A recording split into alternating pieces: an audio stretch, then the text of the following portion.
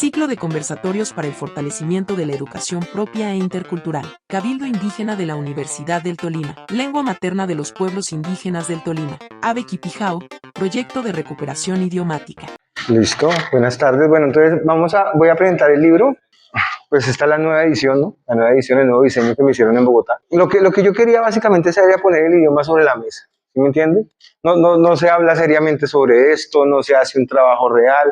Como ustedes ven, como ustedes mismos me cuentan, estamos en la Universidad del Tolima y es totalmente colonial, que la civilización europea considera conocimiento es lo que vale, lo que conoce la gente normalmente no importa, ¿sí me entiende? Entonces, eso es lo que yo quería poner el tema sobre la mesa, quería poner todos los temas, todo lo relevante a este tema idiomático. También quería dejar claro que la lengua está extinta porque hay mucha intento. Yo no sé, yo sinceramente creo en la buena voluntad de la gente. Yo creo que los que dicen eso lo dicen por buena intención, como cuando hay una realidad que no le gusta y usted se inventa la que usted quiera, ¿sí? Me contaba Pilar que había un compañero, no, yo no sé si se lo conozca, la gobernadora, que en Natagaima, creo, y que cuando ustedes iban, que les hablaba 3 horas en el idioma, ¿sí me entiende? Y pues como acabamos de decir, no hay estructura gramatical, ¿usted cómo puede hacer frases y eso sin una estructura gramatical? ¿Sí? La lengua está extinta. O sea, hablar de frases y oraciones es mentir, básicamente, ¿sí? No hay forma de eso. Listo, entonces aquí hablo pues de esa problemática, de por qué la gente se inventa el idioma, porque como les cuento, van a donde los NASA, donde los Embera y ellos tienen idioma, y yo lo escuché, Magda y yo lo vivimos prácticamente en Bogotá, en Gobierno Mayor. Ustedes no son indígenas, miren, ustedes hablan español, eso dicen los NASA, eso dicen los Embera, le dicen a algunas personas del pueblo pijao, y esos peladitos con los que nosotros andábamos, los hijos de Nelson, ellos no sabían ni qué responder, ellos no sabían ni siquiera que para ser indígena había que tener una lengua, ¿sí me entiendes? Entonces quedaban totalmente, ¿sí me entiendes? Choqueados con ese tema, así.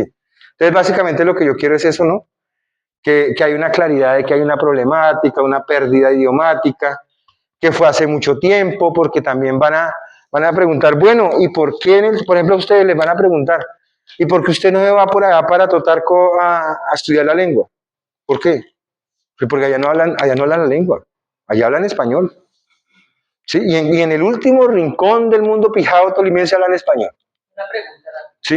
Por eso ya los NASA cuando están haciendo revitalización de lengua, ellos acordaron, como decirlo, oficializar por resolución de las autoridades unos diccionarios y cómo estructurar la lengua.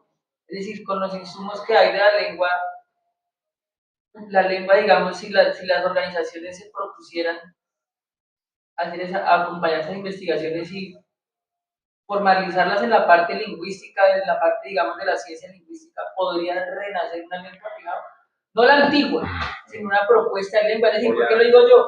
Porque los NASA habían perdido muchas partes de sus lenguas. Usted va aquí adentro hablando de una forma, usted habla de otra, usted va aquí hablar de otra, y tienen unos diccionarios oficializados entre las organizaciones. Pero porque la lengua ya no murió. ¿Es posible pensar en eso? Voy a pedir una moción de procedimiento. Quiero que Javier termine su exposición. Ya todos tenemos, digamos, como apreciación. Y ese tema es muy abierto, compa. Es muy de la idea de que cada quien tenga de su experiencia. Listo. Entonces, también otro tema relevante, ¿era Caribe, no era Caribe? Lo que hablamos ahorita, la relación entre panches y pijaos. Yo la verdad no llegué a ninguna conclusión sobre si habían dos o un idioma, porque no sé, o sea, es difícil, porque por ejemplo cuando usted lee el de Oficios de la Real Justicia, ahí aparece la primera prueba de que eran dos idiomas, que es la doble traducción de Constanza Cuyamaima al panche y luego al idioma de los Coyaimas, digámoslo así. Pero a la vez, en el mismo libro, y esta es una de las cosas que más me interesa que la gente sepa, y es que en la misma época en que se estaba haciendo el juicio del de Oficis de la Real Justicia a Barbola, Constanza Cuyamaima, Catalina Chumba, Juana Taima, Juan Caima, en esa misma época estaba Belarcá, el cacique Panche, bueno, el guerrero Panche de Ibagué, que era cómplice no, ¿cómo se llama? Era parte del ejército de Calarcá, de hecho era un general del ejército de Calarcá, ¿cierto? En esa misma época estaba Dulima.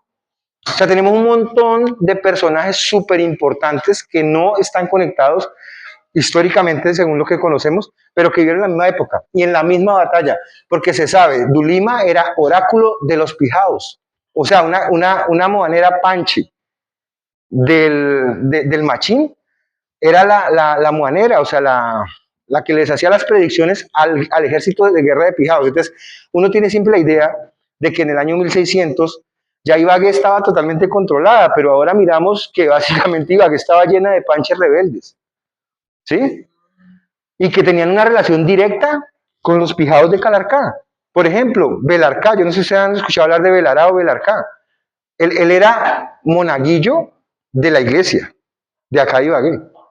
¿Sí? Y cuando llegaron los pijados a la batalla, el tipo se pinta la cara y se pone general total del ejército. Entonces, hay una relación muy estrecha. Entonces, yo realmente no logro una conclusión. Yo no tengo conclusión de eso.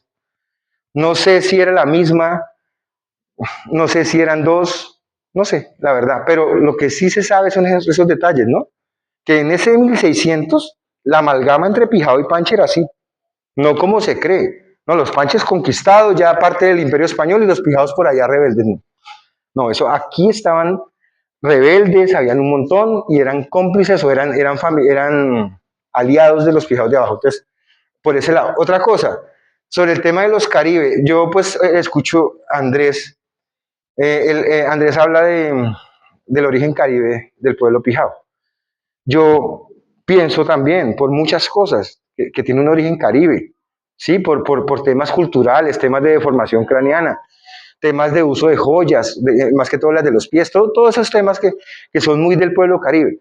Sin embargo, para la academia no es así. Y esto es un sacrilegio ante la academia. No, Caribe no se sabe, no se sabe, no se sabe hasta dónde sea. Pero entonces yo, como digo en mi libro, para el pueblo pijao está claro.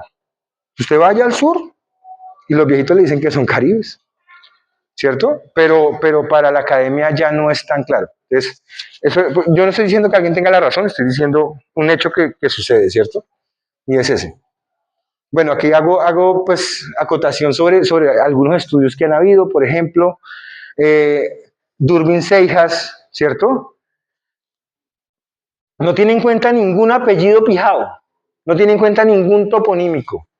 Se basan en 3 o 4 cosas, no vienen a Colombia, sitúan al Tolima al lado del Ecuador, ¿sí? Lo mismo que Lucena Salmoral, por ejemplo, que decía que aquí no habían venados, imagínense. Si hasta en el mismo Ibagué de ahorita, del siglo XXI, hay venados, y resulta que no, pero que no, que pensó que éramos caníbales, que teníamos que comer carne humana porque no había de otra carne. Imagínense que no había otra carne, o sea, el río Magdalena hirviendo de bagres así gigantes, bocachicos así de grandes, los guatines, los capibara que aquí también habían, ¿cierto? Todo eso, zarigüeyas que todavía hay. Yo vivo en la 8ª etapa del Jordán y yo salgo a ver zarigüeyas por la noche y las veo ahí, en el mismo barrio, dentro del barrio. Listo, entonces esto es como una aclaración de que los estudios están como muy flojos. Por ejemplo, tengo que aclarar una cosa sobre el estudio de James, el profesor de acá, ¿sí? Y es que cuando usted hace una documentación lingüística en un pueblo así con una lengua extinta, uno no puede llegar a preguntarle a los viejos que me digan las palabras pijao que conocen. ¿Mm? Es como, ¿qué le van a decir? ¿Sí me entiende? Usted tiene que grabarlos, o sea, para la documentación, grabarlos durante horas y usted mismo comenzar a mirar el video y a ver qué palabras y cuál es el origen de las palabras, porque uno que va a saber. Por ejemplo, dígame usted, todos hablamos español acá. Amor, dime cuáles son las palabras árabes que tú conoces. ¿Sí? O sea, uno no puede, ¿sí me entiende? Uno, o la persona para quedar bien va a decir cualquier cosa. Va a decir cualquier cosa, lo que a él se le ocurra, lo que... ¿Sí? Entonces, digamos que ahí hay un error en el tema este de la documentación lingüística. ¿Sí? Entonces, esto lo digo porque eso fue lo que yo aprendí en el curso del Caro y Cuervo. Se llama documentación lingüística audiovisual de lenguas nativas. Entonces, lo primero que decían era eso. Usted no puede atacar a la gente así. Si no pudiera preguntarle al abuelo por ahí que por qué es Coyaimuno, oiga, dígame las palabras pijao, y el man va a decir, pues lo primero que le ocurra, para rellenar, o va a decir que no sabe nada. Porque uno no, por ejemplo, yo tengo que ponerme a pensar para saber cuáles son las palabras que vienen del árabe, ¿sí? Alcohol, almohada, bueno, lo que sea. ¿Listo? Tenía los pijados panches, bueno, ya hablamos de la división de las lenguas.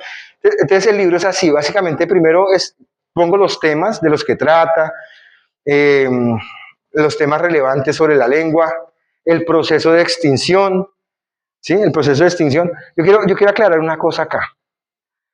Y es que, y eso, por ejemplo, lo estábamos hablando con Gabriela Lape. Gabriela se llama la candidata.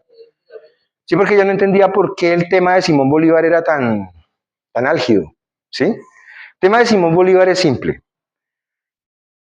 Esas personas que liberaron a Colombia o la independencia no tienen ningún interés en los pueblos indígenas. De hecho, los pueblos indígenas son primitivos, son un estorbo. Ellos vienen aquí a implementar el Estado moderno, el Estado que sale de la Revolución Francesa, el Estado de ciudadanos iguales ante la ley, con una cultura, una religión, una bla, bla, bla. Y un indígena no cabe ahí. Como estábamos hablando, cada parcialidad tiene su forma propia. ¿Sí? Por ejemplo, lo que usted me cuenta de los NASA. Dependiendo de la zona, tienen una variedad lingüística propia de esa lengua. Sí, costumbres, cosas diferentes. Lo que usted me cuenta, lo que nos contaba Andrés, que llevaban a Natagaima pijados y ellos sabían que no eran de su pueblo. Como pasa ahorita. Sí, como pasa ahorita. Imagine que de pronto el gobierno le diera por poner a todos los Coyaimas en Natagaima. Entonces la gente de Natagaima, sí, somos pijados todos, pero bueno. Entonces, el punto es que la independencia no fue ninguna ayuda para los pueblos indígenas, ni nada bueno, fue algo realmente malo, ¿sí? Porque fue la estandarización del país, entonces ahí no caben resguardos, no caben comunidades, no caben tribus, no cabe nada de eso. Todos somos colombianos. Y es que eso es lo que dicen ahora, lea las redes sociales. Ahorita que está exacerbado el racismo, ¿usted no ha notado eso? Oiga, ¿desde cuándo pasó eso? Pero yo ahora lo único que leo es odio contra los pueblos indígenas en las redes, ¿cierto? Y dicen eso. Ay, ¿ustedes qué? Ustedes son unos vagos. Es que los indios no trabajan porque piden derechos laborales. Es que, o sea, básicamente lo que hay es, o sea, ese desprecio se da por eso, porque todos somos colombianos, ustedes no pidan nada, ustedes no tienen que tener un enfoque diferencial. Mejor dicho, no pidan nada, simplemente aguántense y sean como todo el resto de colombianos. Entonces, de eso hablo, el proceso de extinción.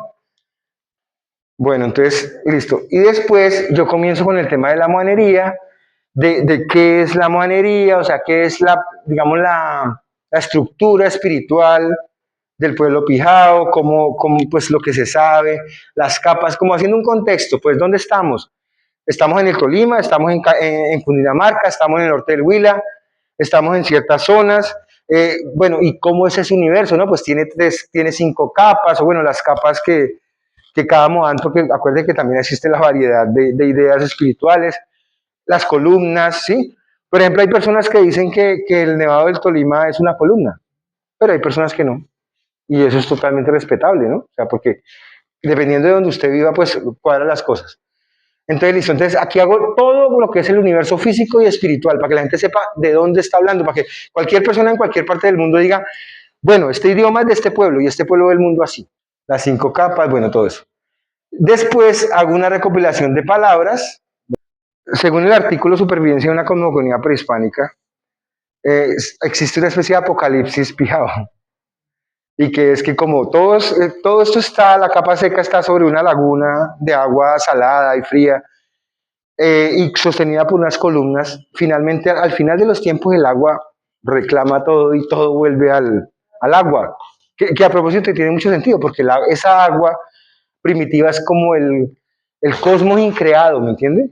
Es el cosmos increado, o lo que llaman el principio del mundo, que es el sitio donde está todo el saber de lo que va a pasar, es el tiempo pasado, ¿cierto? Entonces todo vuelve ahí, es como un círculo, como que todo vuelve al principio del mundo. Entonces ese es el tema del apocalipsis, donde todo se hunde, o sea, se inunda pues el Tolima y vuelve otra vez al fondo de la laguna. Después hago la recopilación de palabras. ¿De dónde vienen esas palabras? Vienen del diccionario indio de Sendoya, de las crónicas de Indias y de la tradición oral. Sí, de la tradición oral que es que yo pude, o sea, estudiar personalmente, ¿no? Más que todo es tradición oral de Totarco, de la zona de los Totarcos donde utilizan ciertas palabras, ¿cierto? Entonces, básicamente es eso. También hago una recopilación de nombres de caciques y personas conocidas, o sea, no necesariamente importantes, pero sí hay cosas bacanas como por ejemplo Q Cindy, los dujos que vivían en Collaima. Entonces es interesante esos nombres.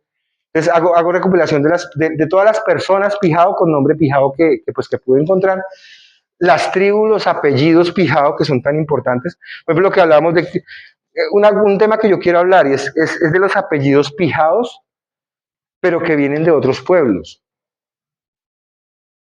Porque, por ejemplo, yo conozco a un señor que maneja un carro en Totarco, es totalmente indígena, es de apellido Soacha.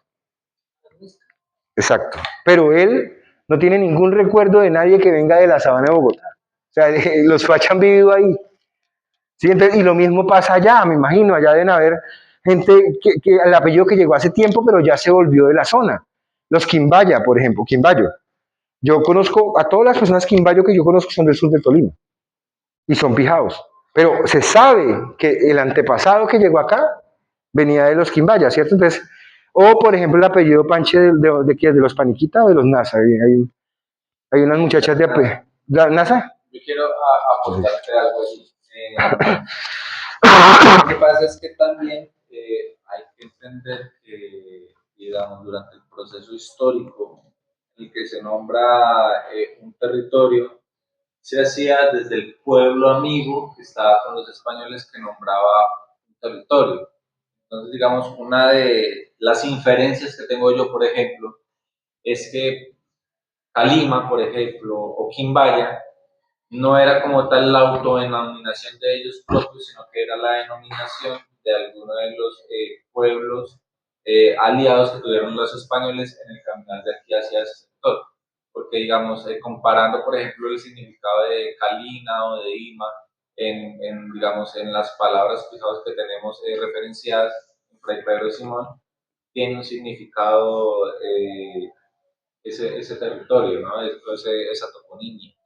Entonces, digamos que es una inferencia, claro, no se puede llegar a una conclusión total. Por ejemplo, yo veo que, no sé, pues no sé si venía de ahí o los panches le habían pasado eso, pero los españoles llamaban panches a los panches porque así lo llamaban los muiscas. ¿Sí? O sea, los muiscas le llamaban panches a los panches, pero no sé si los panches se autodenominaban panches. ¿Sí? Sí, exacto, o sea, era el pueblo que estaba al lado con el que iban a iniciar una guerra, entonces básicamente hago la recopilación para que la gente tenga a la mano esas palabras, ¿sí me entienden? No, hay gente que, bueno, ¿y usted por qué no hizo un estudio? Yo no sé cómo, si sé más, pues porque yo no soy universitario, ni antropólogo, ni nada de eso. Yo quiero, ¿qué es lo que yo quiero? Yo quiero literatura popular. Yo quiero que cualquiera lo pueda leer. Yo quiero que cualquier anciano, campesino, lo que sea, coja el libro y lo pueda leer. Lo pueda leer, no tenga que matarse la cabeza, no tenga que hacer tremendo, porque los libros existen. Por ejemplo, como el libro que sacó ese señor en Bogotá, espectacular, es sobre todo el tema historiográfico de los pijados. Yo tengo un libro así de grueso sobre el atlas fonético de las lenguas indígenas de Colombia. ¿Y eso quién se lo traga? Yo leí 20 páginas y me duele la cabeza, pero yo obviamente lo voy a seguir leyendo para algún día poder mostrarlo, ¿sí? Pero entonces se necesita este tipo de cosas. Se necesita cosas que masticadas. Y esa es mi idea, entregar algo masticado para que la gente lo pueda coger rápido. Además hay otra cosa, si una persona quiere algo más profundo, pues puede empezar por acá, ¿cierto? Quiero hacer un estudio súper profundo sobre todas las biografías de los caciques Panches y Pijaos. Voy a mirar en este libro, y voy a leer a ver cuántos hay más o menos, cuánto les falta, cuánto me falta por investigar, aquí, por dónde empiezo. Entonces, esa es la idea del libro. La idea del libro es literatura popular, la idea del libro es dar a conocer un tema del que no se habla y que es demasiado importante. Estamos en un departamento entero con una cultura y que tiene hasta un idioma que se puede pues, traer a la realidad. y pues quiero que la gente lo sepa y que usen esas cosas. Esa es la otra, el uso, ¿cierto? Ya parar con el tema este de organizaciones Santa María, Santa yo no sé qué, todo eso, que no van al punto, ¿sí? Y ya podemos tener aquí un listado completo de caciques, provincia y cosas que se pueden utilizar. Entonces, esa también es una de las ideas del libro. Entonces, yo creo que en este momento, pues, podemos comenzar ya a preguntar y a hablar del tema. No sé si comenzamos con el tema este de la reconstrucción o primero hacemos una ronda.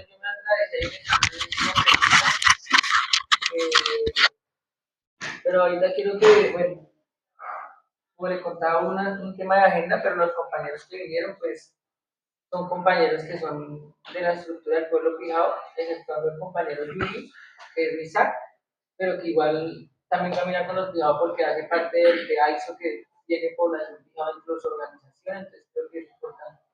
Entonces, acá están eso que estamos hablando se vuelve realidad acá, por ejemplo, en el tema de los apellidos. Acá hay compañeros de Arape, Cacáis, ¿sí? Y el tema de las zonas, pero digamos ahorita que usted habla de la forma en que está estructurado el libro, yo he tratado también de leer en algún momento archivo y todo eso, y es complejo, ¿no? Que muchas cosas le tocó a uno interpretar, porque incluso la forma en que escribían las crónicas y todo eso es complejo. Español antiguo. En cambio, usted ya nos entrega algo más, como dice, masticado en el tema de que ya encontró una similitud, esta cosa en relación con la otra.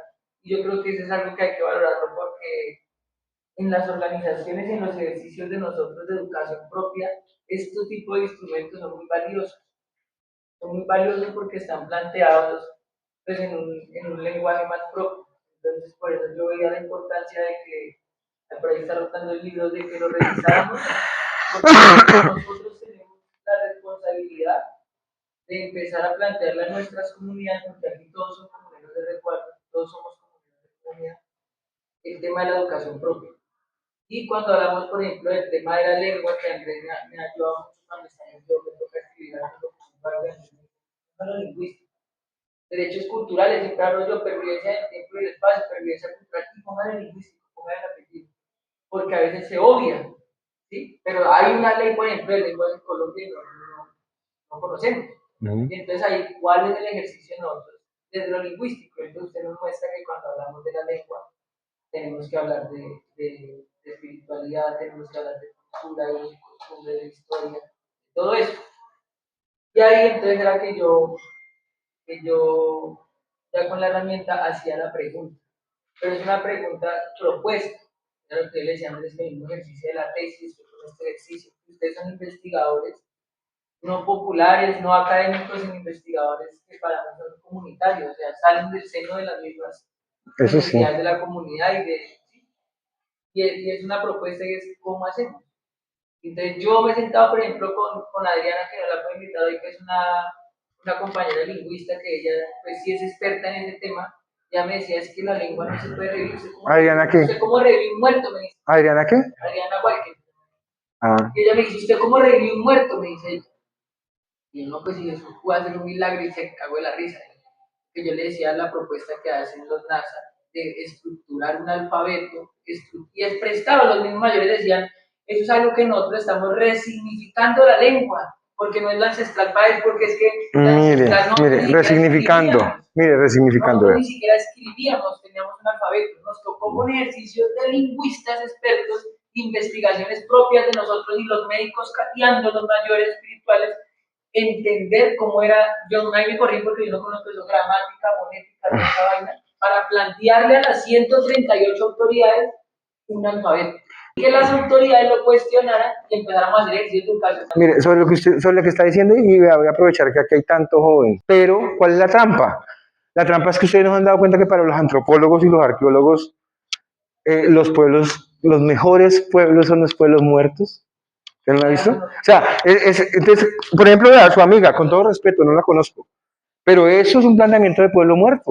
Sí. ¿Me entiende? Un planteamiento de pueblo muerto, porque es lo mismo, pero ¿cómo van a hacer un idioma? ¿Pero cómo van a hacer una escritura si ustedes son un pueblo muerto, cerrado y enterrado? O sea, ya para mí como antropólogo lo mejor es esto, pum, pum, pum, pum, pum.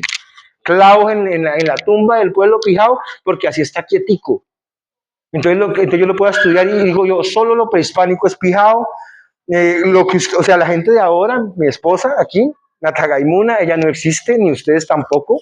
¿Sí me entiende? Porque para los antropólogos ustedes no existen. Porque, entonces, ¿qué pasa? Ustedes tienen que crear desde la realidad, desde este presente. ¿Sí me entiende? Porque ustedes no están muertos, porque el pueblo pijao no está muerto. Y entonces tiene todo el derecho de crear lo que quiera como dijo usted, resignificar lo que quiera. Entonces se puede decir que porque el pueblo fijado en algún momento dejó de existir como pueblo unitario, entonces el pueblo fijado se extinguió y nosotros nos hemos fijado. Entonces mire cómo desde la forma en cómo nos expresamos, nos tratamos lo nuestro, nosotros mismos lo negamos. ¿Usted está aquí sentado o está en forma espiritual? ¿Ustedes están aquí sentados o están en forma espiritual?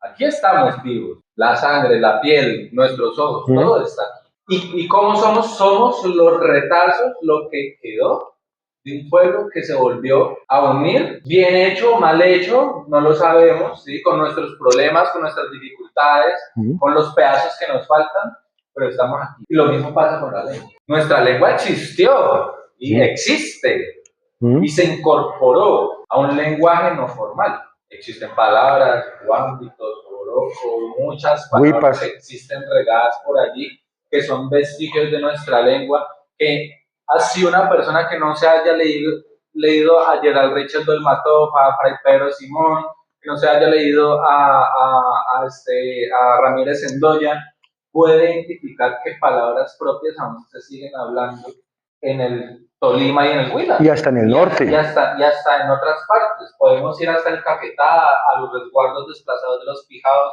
Podemos ir, no sé, de pronto hasta Yaguarados, allá en el Meta, y podemos encontrar vestigios. Y eso no significa que ahí vamos a lo siguiente. Si quería hacer un llamado de atención y es a la prudencia, en el sentido de que valoramos el proceso que lleva compañeros, el proceso de todos, pero pues lo último que nos ha pasado dentro del Cabildo nos ha llamado a cuidar las palabras de las personas que nos están presentes. Que en algún momento todos nos vamos a tener que callar, todos.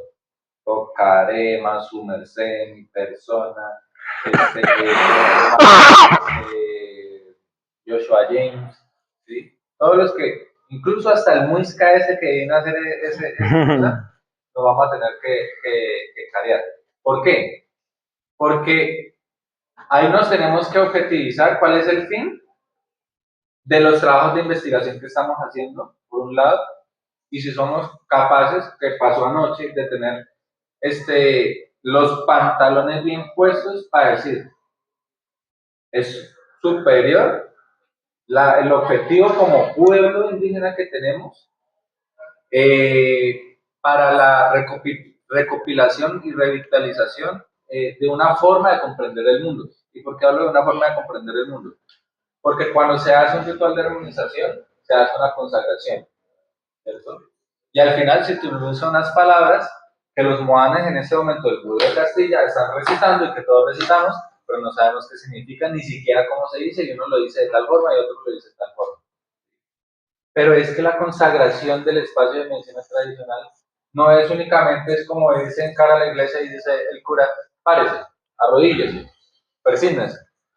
No, es una forma de interpretar la espiritualidad del territorio, la manera en la que estamos y las plantas, y para eso sí vamos a necesitar tratar de buscar el hilo conductor primario, y es una relación entre cómo nombramos las plantas y nuestra relación con las plantas, nuestra relación con el territorio, etc. Entonces, para sintetizarlo, es necesario la investigación etnolingüística del pueblo pijao en su devenir histórico. ¿Y por qué digo en su devenir histórico? Porque nosotros no podemos negar la transculturización. Entonces, ¿qué pasó? Antes de la llegada de los españoles no existía solamente los pijaos en el Tolima. Existían musos, colimas, muiscas, un montón de pueblos que se reunían en todo momento en los mercados, comerciaban, y no solamente hacían eso, sino que hacían préstamos lingüísticos. ¿Sí? Entonces, como por ejemplo, cuando usted menciona en los archivos coloniales, existen los archivos coloniales y de hecho podemos identificar que a partir de la pérdida de población fijado en las mitas, ¿sí? Es decir, en la minería, traían indígenas de otros pueblos, en este caso de los muiscas, de los panches, llevaban fijados de aquí para allá, yanaconas, hablando de los casi 16 resguardos yanaconas que hubo en el Tolima, ¿sí? Entonces, hubo una clara relación, no solamente amistosa, sino también de relaciones sociales y culturales y de préstamos lingüísticos con esos pueblos. Entonces, por ejemplo, cuando hablamos de, por ejemplo, de la quebrada de Yacó, allá en Atagaima, un préstamo lingüístico quichua, ¿sí? Cuando hablamos de las veredas en purificación de los Cairos, ¿sí? Toda esa zona norte de purificación, uno llega en el Archivo General de la Nación, en la Mapoteca, en 1769, dice, desde aquí comienza el territorio de los Anaconas. ¿Sí? Entonces ya identificamos que Kairos era la forma de cómo los Anaconas llamaban a su territorio, que eso también lo podemos ver en Chaparral, en esa vereda de los Kairos. ¿Sí? Entonces ya empezamos a ver que hay unos préstamos lingüísticos que se van a otros, a los apellidos. Entonces cuando hablamos del Sogamoso, está el Cumbe, que es un préstamo lingüístico de los NASA. Entonces, sí ve cómo hay un proceso de transculturización. Los Cumbe son bien pijados. En la construcción lingüística histórica del pueblo pijao, no es que esté suplantando, sino que lo alimenta, lo enriquece. ¿Sí?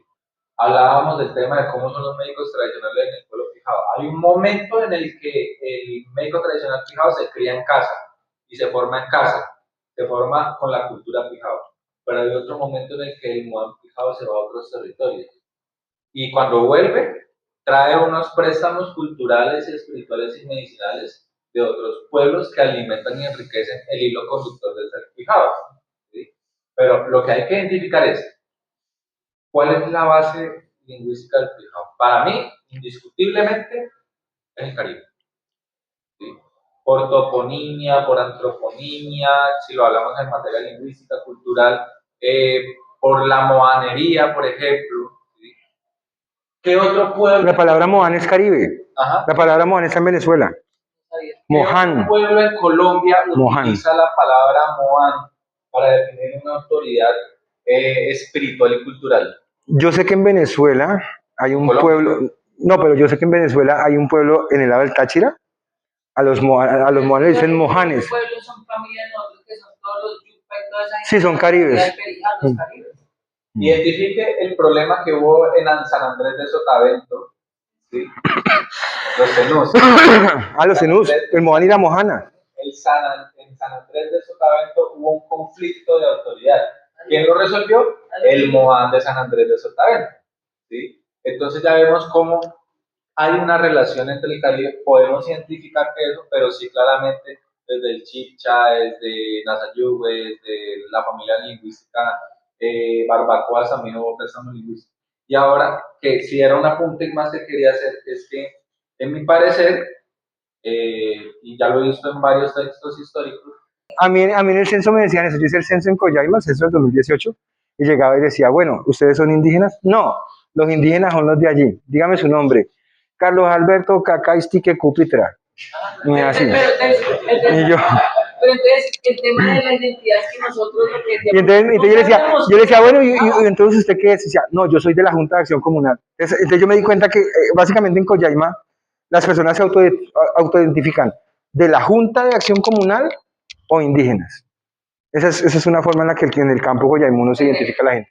Nosotros no sabíamos que éramos fijados y los elementos de identidad estaban ahí y después de que yo me di cuenta que me puse con mi abuela, ¿usted por qué?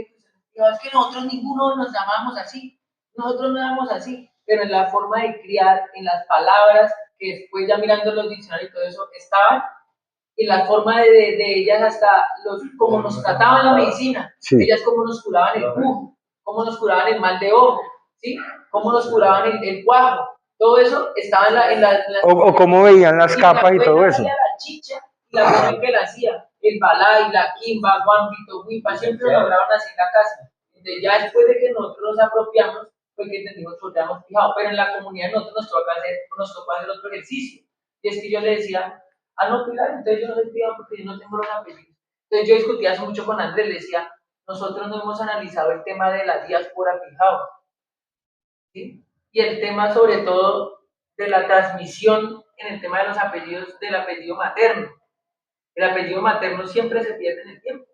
Como para los O sea, ya es más didáctico, ya es algo... más Sí, o sea, lo que yo le digo a la gente, por ejemplo, en Bogotá me preguntaban en la Filbo, yo decía, después de esto, los educadores les toca, o de aquí o de donde sea, volver eso cartillas para que los chinos lo puedan entender. Para que lo... Bueno, entonces sigo con... Bueno, les voy a proponer, les voy a decir qué es lo que yo pienso yo. Soy una persona que quiere seguir creando cosas, yo voy a seguir escribiendo, yo voy a seguir haciendo mis cosas. La cuestión es esta, uno de los caminos es después del apropiamiento, porque la idea es que se apropie la gente de lo que hay, ¿cierto? De lo que yo llamo conimiento. Conimiento es esto, palabras que son centrales, que ya se sabe que están claras, que están ahí, que se sabe que están ahí, ¿cierto? Como lo que hablamos, lo del chimbilá, lo del huipa. Listo, que la gente se apropie del conimiento, que bautice, que todo. Después se pueden dar dos cosas. Una es el tema, como decía Andrés, de una especie de variedad lingüística del español, ¿cierto? Muy propia del campo y muy permeada con todas las palabras. O se puede hacer el conlang, la construcción, ¿cierto? Total de la lengua con todo. Eso no es la primera vez que pasa, ¿sí? Yo siempre hablo de, bueno, digamos que en este momento es algo horrible, pero es algo histórico que existe, y es el Estado de Israel. El Estado de Israel, cuando empezó, llegó el momento en que dijeron, bueno, aquí casi todo el mundo habla alemán, casi todo el mundo habla yiddish, ¿cierto? Hay sefardíes, hay turcos, hay árabes, ¿cierto? Angloparlantes, franceses, listo. Y llega un loco al que nadie le ponía cuidado, que era la burla de todos los judíos de allá, que llamaba Ben Yehuda. ¿Qué es lo que ha hecho Ben Yehuda? Coger la Biblia antigua y crear una lengua nueva, el hebreo moderno, ¿cierto? Basado en la Biblia antigua. A él, hasta los ortodoxos se burlaban de él. Pero cuando llegó el año 48, que estos genocidas pues fundaron su estado, llegan y dicen, bueno, listo, ya llegó el 48, ya tenemos estado. Entonces, ¿qué vamos a hablar alemán? ¿O vamos a hablar inglés? ¿O vamos a hablar árabe? ¿O vamos a hablar lo de Ben Yehuda? Obviamente en ese momento era claro que la única opción era Ben Yehuda. Y comenzaron a hablar hebreo. ¿Cierto? Que a propósito les voy a contar una cosa, el hebreo se pronuncia con la fonética española. O sea, en ese momento se decidió que no iba a utilizarse la fonética yiddish, sino la fonética sefardí, de los que a propósito, le cuento, me acusaron que yo era sefardí. Me acusaron que yo era sefardí. Desde el tema artístico, a mí me gusta mucho la creación del arte, de que, pucha, yo digo, yo soy tolimense. Yo que me voy a poner me voy a poner a crear cosas de Alemania, me voy a poner a, como los metaleros, a hacer dibujos de vikingos. A mí no me sale eso. Entonces, yo he comenzado a hacer como una forma de arte, ¿no? Es muy, ¿qué les digo yo? Por ejemplo, yo no he podido pasar de acá. Yo esto lo hice hace 6 años, no he hecho más, ni pienso hacer más, porque la verdad es que yo no tengo capacidad artística pues para hacer un gran dibujo, una dibujo de un dios o algo así, porque que no me sale, pues. Pero lo que les cuento es que yo sí he como experimentado, he estado experimentando mucho en este tema. ¿Qué es esto? Esto es una forma de escritura, ¿sí? Es una forma de escritura. Yo quería que esas palabras que yo había recuperado las pudiera utilizar en cosas, por ejemplo, en camisetas, por ejemplo, en obras, en vainas, pintar, en las comunidades, no sé qué. Entonces, lo que yo hice fue ponerme a trabajar en el tema de desarrollar una escritura, ¿basada en qué? En los petroglifos, como hablamos, basado en lo que usted hablaba que hicieron los nazis, en resignificación de esas cosas. Nadie va a poder saber qué es lo que dice la piedra de Aipe, ni qué era lo que realmente los moanes de esa época tallaron ahí, pero eso está ahí, lo podemos ver. Entonces, ¿yo qué digo? Usémoslo. Entonces, ¿qué fue lo que yo pues desarrollé como una forma de escritura? Basado en la piedra de Aipe, basado en todas las... Porque hay algo raro, ¿no? Que yo he notado, y es que en el arte petroglifo del Tolima, los símbolos no son como tan alargados como de una cosa, sino que son como letricas. Son uno acá, otro acá, otro acá. Entonces, bajo ese punto de vista es que yo he desarrollado este tema. Es un tema, como les cuento, es un tema artístico, es un tema para tener una visión, para yo poder decir es que no estoy utilizando el alfabeto latino, estoy utilizando los petroglifos. Esa es más o menos la idea que les cuento. Entonces básicamente dejo ahí planteado. Ya, como les digo, ese proceso de definir qué es lo que se quiere crear debería de darse en el momento en que el pueblo pijao esté empapado totalmente de lo que hay, de la recopilación de lo que hay. Y como dice Andrés, se haría no sé, se reúne el pueblo pijao de la gente que está haciendo las cosas y dice, bueno, ¿qué sería lo mejor para el pueblo pijao?